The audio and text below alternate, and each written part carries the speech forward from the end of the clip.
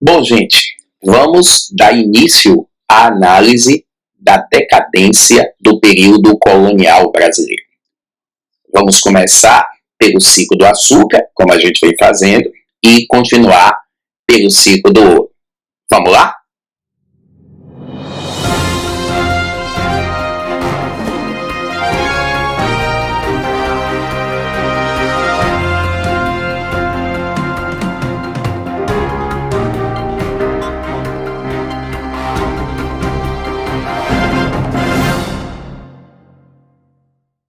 A decadência do ciclo do açúcar no Brasil iniciou-se a partir da segunda metade do século XVII. Para ser preciso e específico, o ciclo do açúcar ele vai entrar em decadência a partir de 1654. O ciclo do açúcar vai entrar em decadência a partir de 1654, quando o Brasil começa a concorrer com os holandeses. A concorrência com os holandeses acabou produzindo a decadência do ciclo do açúcar no Brasil. E aí surge uma questão interessante. Mas os holandeses não eram parceiros do Brasil na atividade açucareira? Sim, eram. Inclusive, o ciclo do açúcar ele só foi implementado por conta do financiamento holandês. Os holandeses eram parceiros do Brasil na atividade açucareira. E por que os holandeses deixam de ser parceiros e se tornam competidores concorrentes? O que foi que aconteceu para produzir esta transformação na parceria entre o Brasil e a Holanda? Bom, na verdade, a concorrência começa em 1654. Mas, para nós entendermos como os holandeses se tornaram competidores da gente, temos que voltar um pouco no tempo para o ano de 1580, que foi o ano que aconteceu a União Ibérica. Temos que voltar um pouco para este ano para compreendermos os desdobramentos históricos que acabaram por transformar os holandeses em concorrentes do Brasil, o que produziria o processo de decadência do ciclo do açúcar no Brasil. Vamos entender como foi que esse processo aconteceu. Para nós entendermos como se deu a concorrência em 1654, nós temos que voltar um pouco no tempo, como já dito, para o ano de 1580. Neste ano, 1580, vai acontecer um fato que impactaria muito a história do Brasil, a história da Europa, a história da Espanha e a história mundial. No ano de 1580, o rei de Portugal, chamado Dom Sebastião, ele morreu. Dom Sebastião, Portugal, estava travando uma guerra com os muçulmanos e na batalha conhecida como Batalha de Alcácer Quibir. Alcácer Quibir era uma região que ficava no norte da África, fica no norte da África, e nessa batalha de Alcácer Quibir, o rei de Portugal, Dom Sebastião, ele faleceu. Inclusive, existe até um mito em torno da figura de Dom Sebastião, que diz que, na verdade, Dom Sebastião não morreu, porque o corpo dele nunca foi encontrado. Então, existe um mito em Portugal chamado de sebastianismo, e esse mito diz que Dom Sebastião, na verdade, não morreu. Ele desapareceu nas águas. E chegará um dia que Dom Sebastião vai ressurgir, e ressurgindo, ele transformará Portugal de novo na grande potência mundial. Né? Então, os portugueses têm muito que esperar. Esse é um mito que ficou conhecido com o nome de Sebastianismo. Existe até hoje. Algumas pessoas até hoje são adeptas desse mito do sebastianismo. Ora, quando Dom Sebastião morre sem deixar herdeiros, o problema não é ele morrer, o problema é ele morrer sem deixar herdeiros.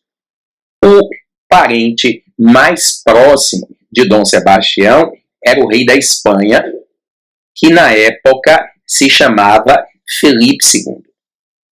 O parente mais próximo de Dom Sebastião era o rei espanhol Felipe II. Como Felipe era o único herdeiro do império, o que é que vai acontecer? Em 1580, Felipe II, que já era rei da Espanha, vai também se transformar em rei de Portugal. Em 1580, Felipe Habsburgo II, que já era rei da Espanha, transforma-se também em rei de Portugal. Coincidentemente, no mesmo ano que Felipe se torna rei de Portugal e da Espanha, ou seja, no ano em que ocorre a União Ibérica, explode neste mesmo ano, 1580, a Guerra de Independência dos Países Baixos. Prestem atenção, porque o termo Países Baixos hoje é sinônimo de Holanda. Na época, Países Baixos era o nome de uma região que era composta hoje por 3 nações: Holanda, Bélgica e Luxemburgo. Na época, não existiam Holanda, Bélgica e Luxemburgo. Na época, existia uma região denominada, toda ela, Países Baixos. E esta região, os Países Baixos, integralmente, era a colônia da Espanha. Os Países Baixos eram colônias da Espanha. É claro, não chegava a ser uma colonização mercantilista, expoliatória, compacto colonial, não. Mas os Países Baixos estavam subordinados à Espanha. Inclusive, a Holanda, que era a mais rica das 3 regiões, era obrigada a ter que repassar 30% de tudo que ela ganhava, e a Holanda ganhava muita grana, principalmente com açúcar. A Holanda tinha que repassar 30% de tudo que ela ganhava para a Espanha, criando uma relação de subserviência, de subordinação muito grande. Resultado: em 1580, quando ocorre a União Ibérica, os Países Baixos se convertem ao protestantismo, porque a Espanha era o grande centro de defesa do catolicismo mundial.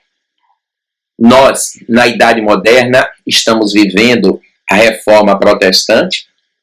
Os Países Baixos se convertem ao protestantismo e a conversão dos Países Baixos ao protestantismo desencadeou uma guerra de independência. Então, de um lado nós tínhamos a Espanha querendo manter os Países Baixos sob o seu domínio. Do outro lado, nós tínhamos os Países Baixos querendo exatamente se libertar, se emancipar da Espanha.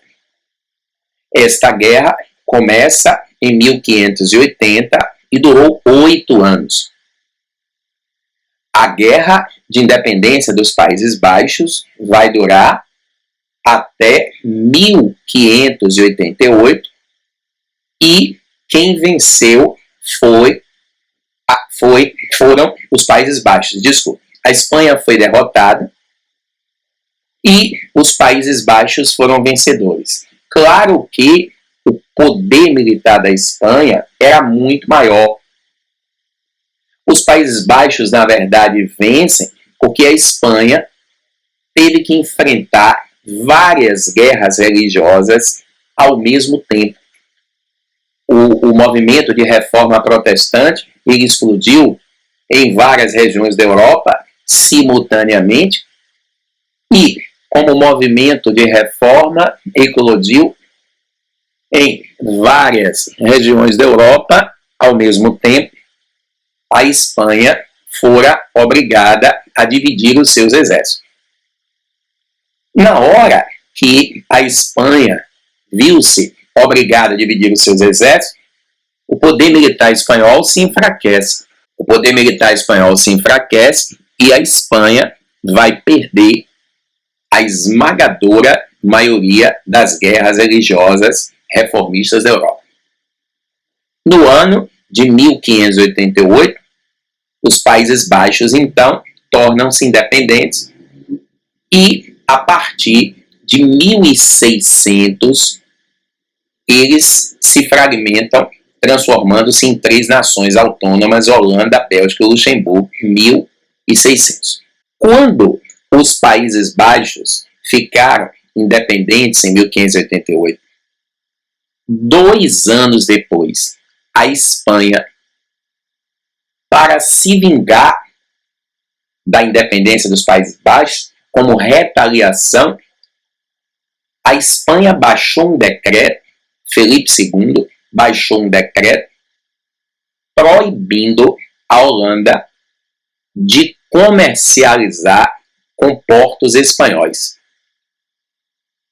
Os Países Baixos, notadamente a Holanda, estavam terminantemente proibidos de estabelecer qualquer relação comercial com portos espanhóis. Entendamos a jogada de Felipe. Se o Felipe está proibindo os Países Baixos de estabelecerem qualquer relação comercial com portos espanhóis, isto significa dizer que o Felipe II queria arruinar os Países Baixos, principalmente a Holanda. Porque, observe bem o seguinte, qual era uma das principais fontes de renda da Holanda? Uma das principais fontes de renda da Holanda era o comércio do açúcar. Mas o comércio do açúcar, ele era feito com o Brasil. Só que, por conta da União Ibérica, o Brasil agora é colônia da Espanha. E se a Espanha proibiu os Países Baixos de estabelecer qualquer relação comercial com portos espanhóis, os Países Baixos não poderiam preservar as relações econômicas com o Brasil. Resultado: quando Felipe II fez isso, a economia da Holanda entra em bancarrota.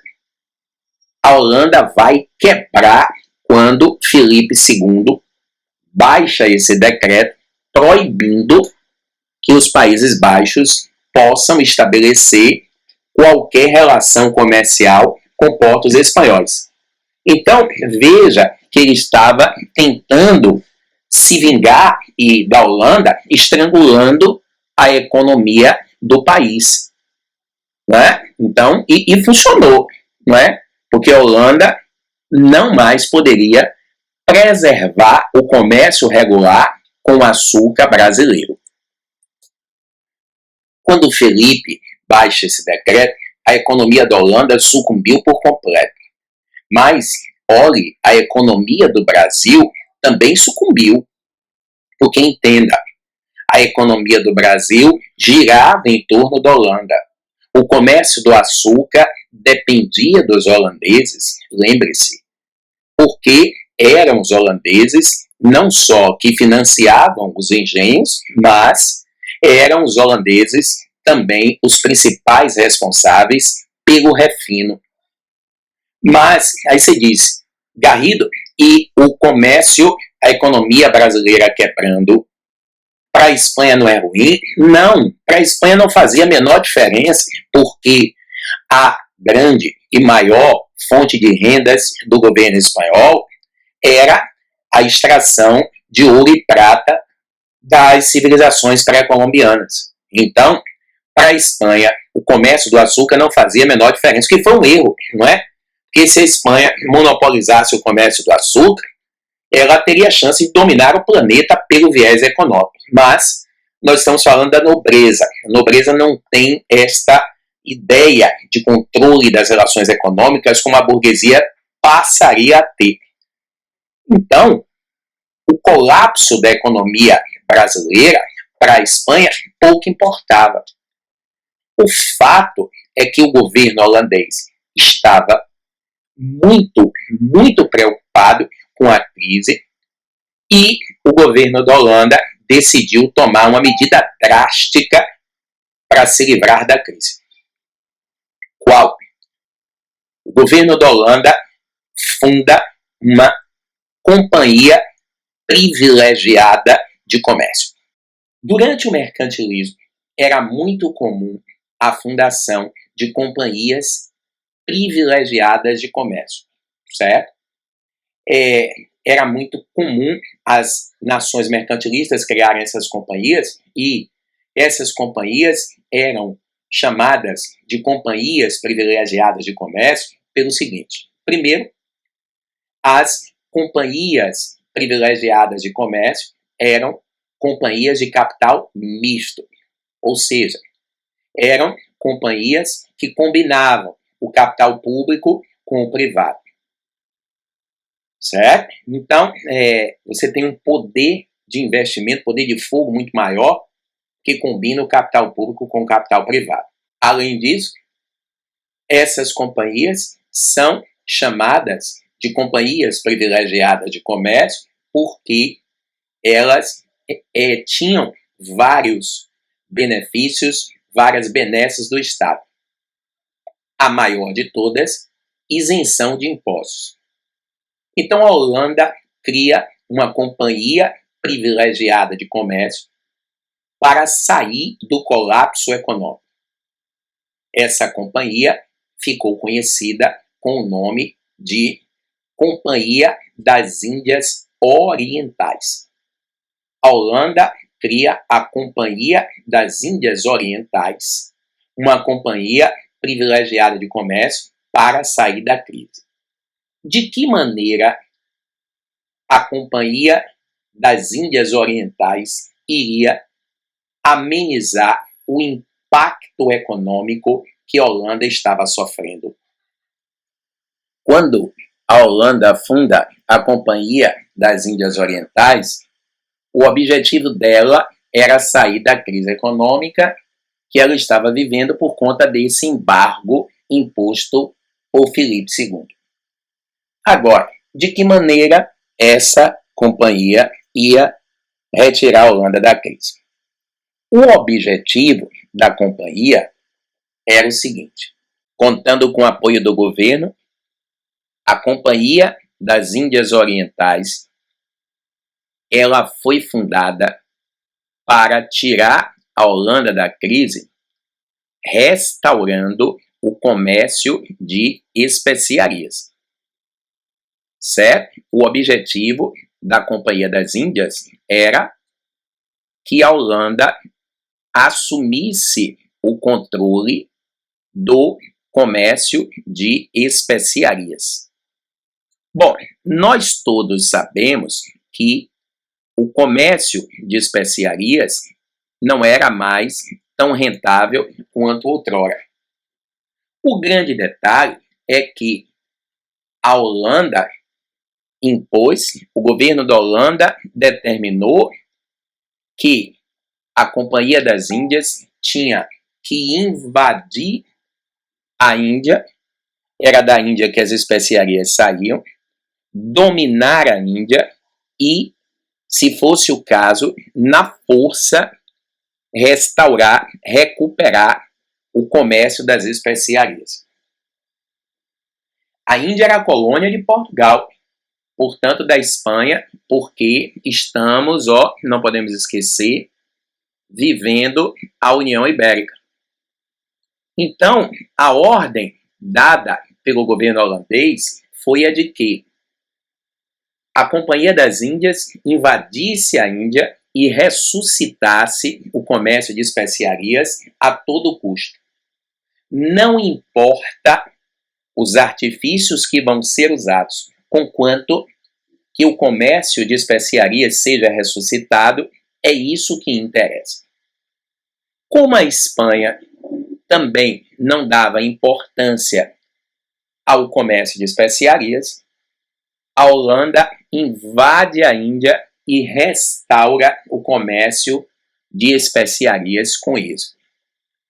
Então, a Holanda teve êxito. Claro, o comércio de especiarias não era mais o mesmo de antes, mas para a situação que a Holanda estava enfrentando, por menos renda que o comércio de especiarias desse, era alguma coisa.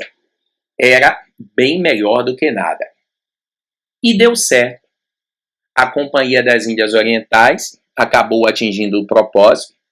A Holanda invade a Índia, a Holanda domina a Índia e a Holanda restaura o riquíssimo comércio de especiarias, que agora não era tão rico, mas que, dada as condições econômicas que a Holanda enfrentava, qualquer dinheiro que entrasse era bom. Estimulado pelo êxito da Companhia das Índias Orientais, o que é que vai acontecer? A Holanda cria a Companhia das Índias Ocidentais. Veja, a Holanda criou a Companhia das Índias Orientais para invadir a Índia e restaurar as especiarias. E a Holanda cria a subsidiária, a Companhia das Índias Ocidentais. Qual era o grande objetivo da Companhia das Índias Ocidentais? A Companhia das Índias Ocidentais foi criada para invadir o Brasil e, na tora, através da invasão, a Holanda pretendia reassumir o controle do comércio do açúcar. A Companhia das Índias Ocidentais foi organizada, foi criada para a Holanda invadir o Brasil e retomar o controle do comércio do açúcar. Em 1624, os holandeses resolvem invadir a Bahia. A escolha da Bahia não foi por acidente. A Bahia foi escolhida porque a Bahia era o epicentro político e administrativo do Brasil colônia por conta da capital Salvador. Então, a Bahia não foi escolhida por acidente. Os holandeses imaginaram o seguinte: invadindo a Bahia, nós dominando a Bahia, nós estamos dominando o centro. E se a gente dominar o centro, é mais fácil estendermos esse domínio para as periferias. Então, não pensem que a escolha da Bahia deu-se de forma aleatória. A ideia era dominar a Bahia, porque a Bahia é o centro político e administrativo, e do centro, este domínio estender-se, propagar-se para as periferias. Os holandeses organizaram um plano, um projeto muito bem elaborado para invadir a Bahia. Eles invadem a Bahia pelo Porto da Barra. A invasão foi bem sucedida, eles prenderam o governador-geral, não é? E começaram a organizar uma estrutura administrativa aqui na Bahia. O que eles não esperavam foi que os baianos organizassem uma resistência contra eles. Especificamente da região do Mosteiro de São Bento, o bispo chefe do mosteiro de São Bento, chamado Dom Marcos Teixeira, ele vai organizar uma resistência contra os holandeses na Bahia. O argumento usado pelo bispo Dom Marcos Teixeira foi o argumento de que os holandeses eram infiéis, porque os holandeses eram protestantes. E como os holandeses são protestantes, eles são infiéis, é necessário, não é, que os infiéis não tenham espaço. Precisamos impedir que esses infiéis continuem dominando as nossas terras. Então ele vai utilizar o discurso religioso, ele vai fazer um apelo religioso, articula uma resistência, e os baianos, utilizando guerras de guerrilhas, vão expulsar os holandeses da Bahia no ano de 1625. Os holandeses não conseguiram permanecer no estado da Bahia nem um ano. Em 1625 eles foram expulsos. Os baianos organizaram várias guerrilhas e os principais combates foram travados no Dique do Tororó. Cuidado, há uma visão historiográfica errada. Algumas pessoas dizem que o Dique do Tororó foi criado pelos holandeses. Isso não é verdade. O Dique do Tororó, não é? Tamanho que ele tem hoje, imagine, ele ser erguido em um ano sob batalhas. Já é impossível. E o Dique do Tororó, na época, ia até o Shopping Barra. Atualmente, quem mora em Salvador vai se localizar. Não é? Tinha 3, 4 vezes o tamanho que tinha hoje. O Dique do Tororó é um acidente geográfico natural denominado bacia receptora de encosta.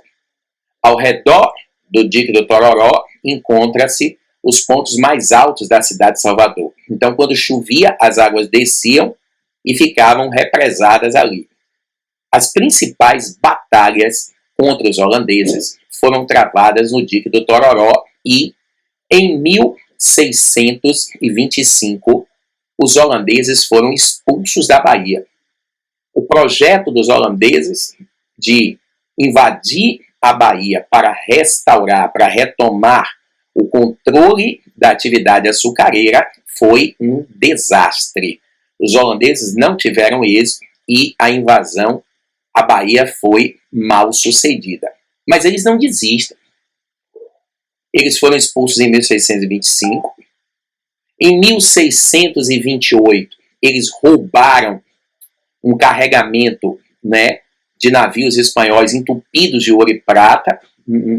A Holanda, junto com a Inglaterra e França, eram as 3 nações que mais se dedicavam à pirataria. Então eles roubaram navios espanhóis. Esses navios, eles estavam entupidos de ouro e prata e os holandeses, a Companhia das Índias, quando roubou esses navios, a Companhia das Índias se capitalizou, ou seja, a companhia se recuperou economicamente e, com este dinheiro roubado, a Companhia das Índias organizou uma nova invasão ao Brasil.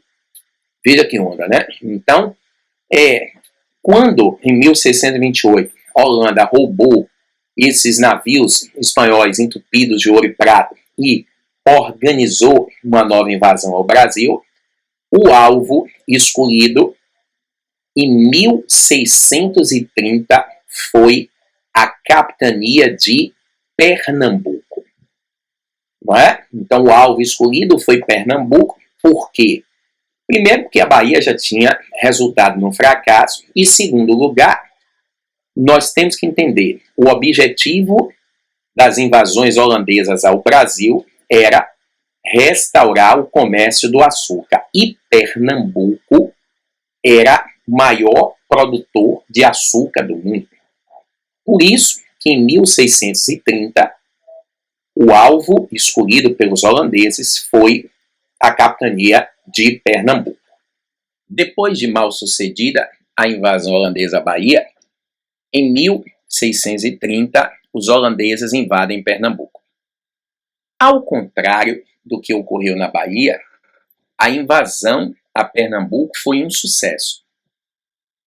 Agora, é preciso que a gente diga o seguinte: a invasão a Pernambuco foi um sucesso e a da Bahia fracassou porque em Pernambuco os holandeses tiveram o apoio dos senhores de engenho. Os holandeses tiveram o apoio dos senhores de engenho e, graças ao apoio dos senhores de engenho, a invasão ao Brasil em Pernambuco foi bem sucedida. Os holandeses, depois que dominam Pernambuco, enviaram para a capitania de Pernambuco um conde chamado João Maurício de Nassau. Nassau foi enviado para o Brasil para administrar o que a Holanda passou a chamar de Brasil holandês. Vê que esculhambação. Nassau foi enviado para o Brasil para administrar o que a Holanda passou a chamar de Brasil holandês. Veja, os holandeses invadem Pernambuco em 1630 e permanecem em Pernambuco até 1654. 1630, eles enviam João Maurício de Nassau para administrar o Brasil holandês. Durante o governo de Nassau, o ciclo do açúcar vai viver o seu apogeu máximo. Veja que coisa interessante. O ápice do ciclo do açúcar aconteceu durante o domínio estrangeiro. O ápice do ciclo do açúcar aconteceu durante o domínio estrangeiro. Não é? Então, Nassau, ele tinha todo o apoio da Companhia das Índias. Nassau aqui, essa figura, ele tinha todo o apoio da Companhia das Índias. Bom, por que durante o governo de Nassau o ciclo do açúcar atingiu o seu apogeu máximo? Aqui nós enumeramos alguns elementos que contribuíram para que o açúcar, durante a gestão de Nassau, tivesse o apogeu máximo. Primeiro, houve a recuperação dos engenhos.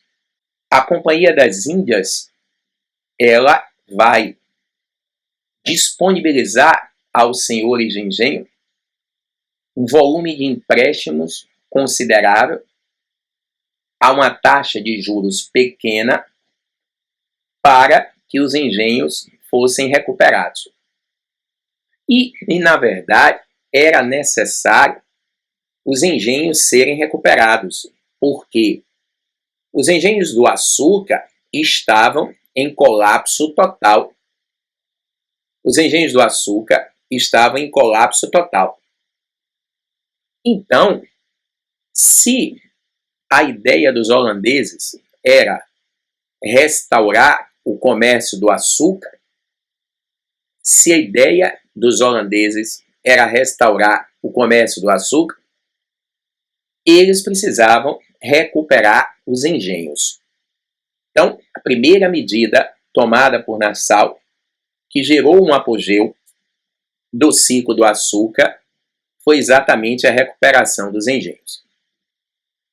Bom, um segundo fator, além da recuperação dos engenhos, foi a restauração do tráfico negreiro. Gente, o trabalho escravo negro era o elemento basilar da produção açucareira. Se os holandeses queriam, repare, restaurar o comércio do açúcar, eles precisavam suprir o nosso mercado de mão de obra, de modo que os holandeses vão restaurar o tráfico de escravos, que sabemos todos ser uma atividade econômica das mais rentáveis durante o mercantilismo. Então, o comércio do açúcar, na hora em que se restaura, o tráfico e os engenhos, ele vai viver um ápice. Um outro detalhe que vale a pena a gente registrar foi a forma de Nassau governar.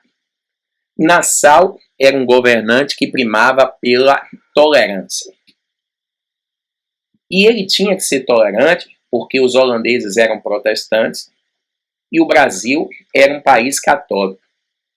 Se ele não adota a política de tolerância, o domínio holandês em Pernambuco enfrentaria a mesma resistência que o domínio holandês na Bahia. Então, Nassau adota a política de tolerância. Interessante, na hora que Nassau adota essa política de tolerância, Nassau acaba atraindo o domínio de outras capitanias para além de Pernambuco. Latifundiários de outras capitanias, percebendo que a relação de controle dos holandeses sobre Pernambuco estava dando certo, eles praticamente pediram que os holandeses estendessem o domínio para as outras regiões, o que acabou acontecendo.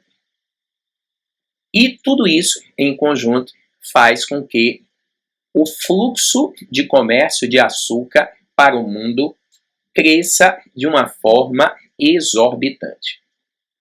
Então, esses elementos combinados vão contribuir para o apogeu do ciclo do açúcar no Brasil. Esses elementos combinados contribuíram para que, durante o governo de Nassau, o ciclo do açúcar vivenciasse o seu ápice. Isso em 1640. Bom, 10 anos depois, os holandeses já estavam no Brasil há 10 anos, e 10 anos depois aconteceu o fim da União Ibérica. 10 anos depois aconteceu o fim da União Ibérica. O fim da União Ibérica restaura a hegemonia de Portugal. Portugal volta a ser Portugal e Espanha volta a ser Espanha. A União Ibérica acabou. Quando a União Ibérica acabou, Portugal estava em crise. Claro, porque quando a União Ibérica acabou, Portugal estava em crise. Bom, quando a União Ibérica acabou, Portugal estava em crise pelo seguinte: quais eram as principais atividades econômicas de Portugal? Açúcar. O açúcar está sob domínio holandês. A outra atividade econômica era o tráfico. O tráfico também está sob domínio holandês. E a terceira atividade econômica do Brasil, de Portugal, era o comércio de especiarias, que também estava sob domínio holandês. Ou seja, os holandeses estavam controlando todas as atividades econômicas que anteriormente encontravam-se sob domínio português. Por isso que, quando a União Ibérica acabou, Portugal estava em crise. Quando a União Ibérica acabou, Portugal em crise, o governo de Portugal tinha que tomar alguma providência para minimizar os efeitos dessa crise. E o que é que Portugal fez? Em 1640, o governo de Portugal fez um contrato com a Holanda.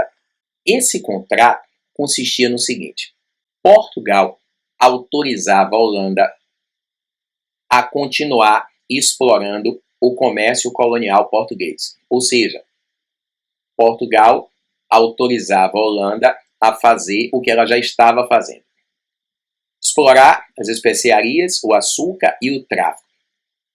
E, em troca, a Holanda pagaria a Portugal o quinto, 20% do bruto do que ela lucrasse vendendo especiaria, vendendo açúcar e vendendo escravos.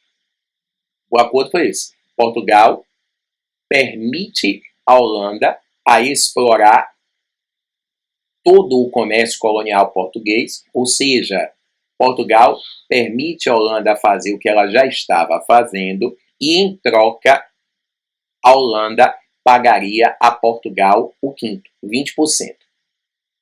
E a Holanda assinou o acordo. Tudo bem que a Holanda nunca chegou a pagar 20%, mas qualquer quantia que a Holanda pagasse, na circunstância econômica que Portugal estava, era bom. E por que a Holanda assinou, Garrido? Porque tinha que assinar, gente. As áreas que a Holanda explorava eram oficialmente colônias de Portugal.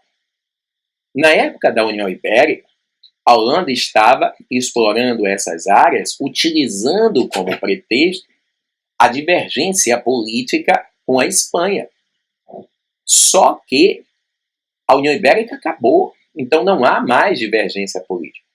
Se a Holanda continuasse explorando o comércio colonial português sem pagar nada a Portugal, a Holanda estava abrindo um pré-requisito mundial que poderia gerar uma guerra. Por quê? A Holanda, se explorasse as colônias de Portugal sem pagar, estava dizendo ao mundo que, se eu, Holanda, faço isso com as colônias de Portugal, eu posso fazer isso com as colônias de qualquer nação. Ou, outra mensagem: se a Holanda tem o direito de explorar, por que é que eu não tenho? Então, esse contrato foi assinado porque tinha que ser. Então, em 1640, Portugal e Holanda restauram, né, o elo comercial que eles têm há muitos anos, e o contrato tinha uma durabilidade de 10 anos. Então, ele foi assinado em 1640, a Holanda tinha até 1650 para continuar explorando o comércio colonial português, certo? Só que o contrato tinha uma durabilidade de 10 anos e no meio do contrato aconteceu uma turbulência. O contrato era de 1640 a 1650. Em 1645, Nassau foi demitido. A Companhia das Índias demite Nassau, e não só demite Nassau, mas em 1645, Nassau foi substituído pelo Conselho Escabino. 3 governantes extremamente autoritários vão substituir Nassau na gestão do Brasil. Nassau foi substituído por um conselho autoritário, coercitivo, e a forma como o conselho passou a gerenciar o Brasil produz internamente uma revolta dos senhores de engenho contra o domínio holandês. Mas por que a Companhia das Índias fez isso? O ditado mais certo que tem é: time que se ganha não deve se mexer. Por que então Nassau foi demitido? A demissão de Nassau do cargo tem uma relação direta com a história da Inglaterra. No ano de 1645, o burguês Oliver Cromwell se torna governante da Inglaterra. Quando Cromwell se torna governante da Inglaterra, o Oliver Cromwell ele implementa uma série de medidas que consolidariam o poder da Inglaterra no mundo. E a mais importante dessas medidas foi essa daqui, ó. Os atos de navegação. Quando Oliver Cromwell impõe os atos de navegação, o objetivo de Cromwell era controlar o comércio marítimo internacional. Aqui, ó. Esse era o grande objetivo do Oliver Cromwell quando ele impôs os atos de navegação. Os atos de navegação determinavam que todo comércio marítimo internacional só poderia ser feito por navios ingleses. Todo comércio marítimo internacional só poderia ser feito por navios ingleses. Observe, isso é algo que mais tarde a gente vai chamar de imperialismo. A Inglaterra está se utilizando do poder econômico que tinha para impor a sua hegemonia marítima.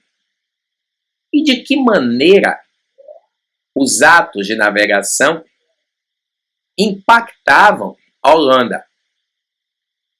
Na verdade, há um detalhe histórico que poucos sabem.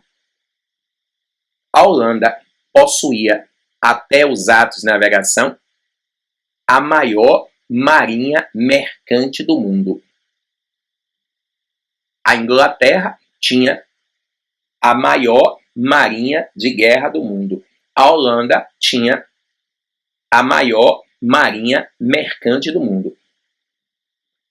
Quando Cromwell impôs os atos de navegação, ele estava utilizando o poder militar da Marinha Britânica para transformar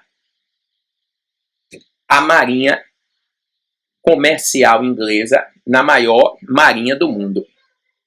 Esse era o grande objetivo do Cromwell. Ele utiliza o poder militar da Marinha Britânica para transformar a marinha mercante da Inglaterra na maior marinha do mundo. Por isso, a Holanda foi prejudicada. Quando Cromwell baixa os atos de navegação, a Holanda precisava montar uma marinha de guerra para enfrentar a Inglaterra. E de onde a Holanda queria retirar o dinheiro para montar essa marinha de guerra? Do Brasil. Para a Holanda tirar o dinheiro do Brasil e montar uma marinha de guerra e enfrentar a Inglaterra, a Holanda tinha que intensificar a exploração sobre o Brasil. Como Nassau não iria aceitar a intensificação da exploração, Nassau foi demitido e foi substituído pelo Conselho Escabino. O Conselho Escabino vai intensificar a relação de exploração sobre o Brasil. O Conselho monta a esquadra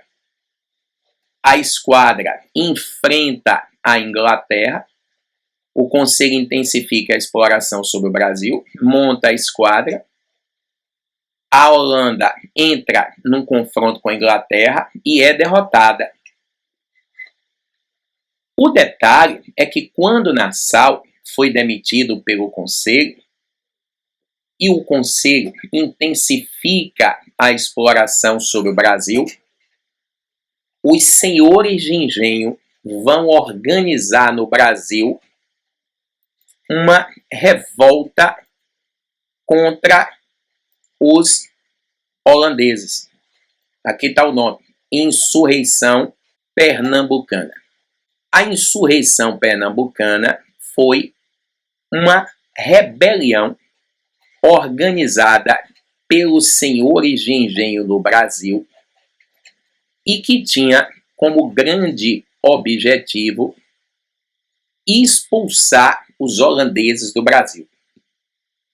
A insurreição pernambucana foi organizada em 1645. Foi o ano que a insurreição pernambucana foi organizada. Tá? A insurreição pernambucana começa em 1645.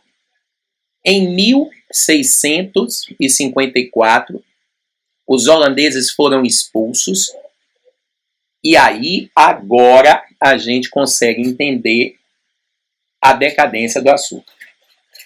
Quando os holandeses foram expulsos do Brasil,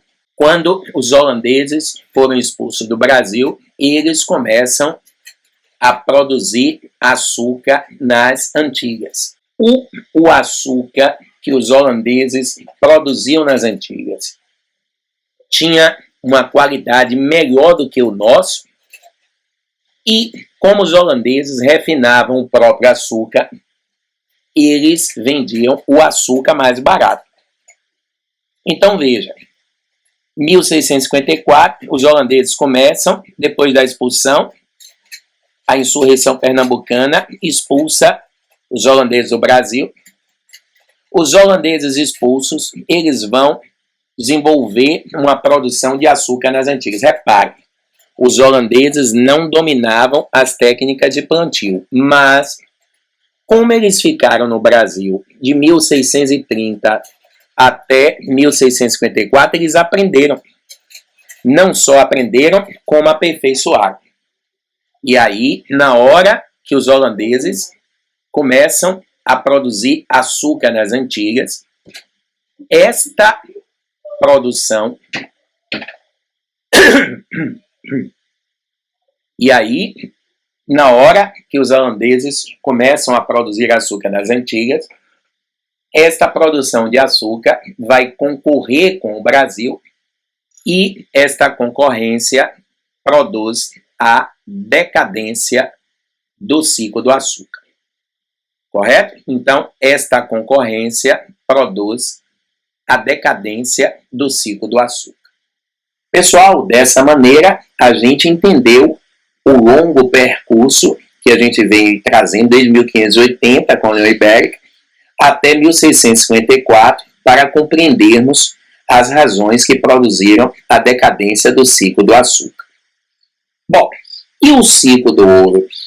Por que o ciclo do ouro declinou? Bom, a decadência do ciclo do ouro é muito fácil, mas muito fácil mesmo de ser analisada. Vamos lá? Entender por que o ciclo do ouro entrou em declínio. Bom, pessoal, o ciclo do ouro entra em decadência no próprio século XVIII. E, ao contrário do ciclo do açúcar, que a gente teve que fazer um longo percurso para entender, aqui é muito fácil. Fundamentalmente, são dois elementos que contribuíram para a decadência do ciclo do ouro. Primeiro, o caráter predatório da atividade mineradora. Corrijam aqui, por favor. O caráter predatório da atividade mineradora. E, além do caráter predatório, o rápido, entre aspas, esgotamento das minas. A gente colocou a palavra esgotamento, entre aspas, porque, na verdade, não foi esgotamento propriamente dito. O que acontecia é que as técnicas de extração do ouro eram muito rudimentares. Utilizava-se a faiscagem, o escravo entrava na mina de ouro com a marreta e uma talhadeira e dava pancada, extraindo o ouro que estava preso na rocha.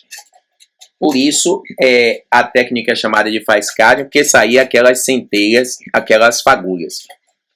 E a outra técnica era o garimpo. Ambas as técnicas eram arcaicas rudimentares e só se conseguia extrair no Brasil ouro superficial. o ouro de aluvião. Por essa razão, como só se conseguia extrair o ouro de aluvião, as minas esgotaram-se muito rápido, levando o ciclo do ouro no Brasil à decadência no próprio século XVIII. Beleza?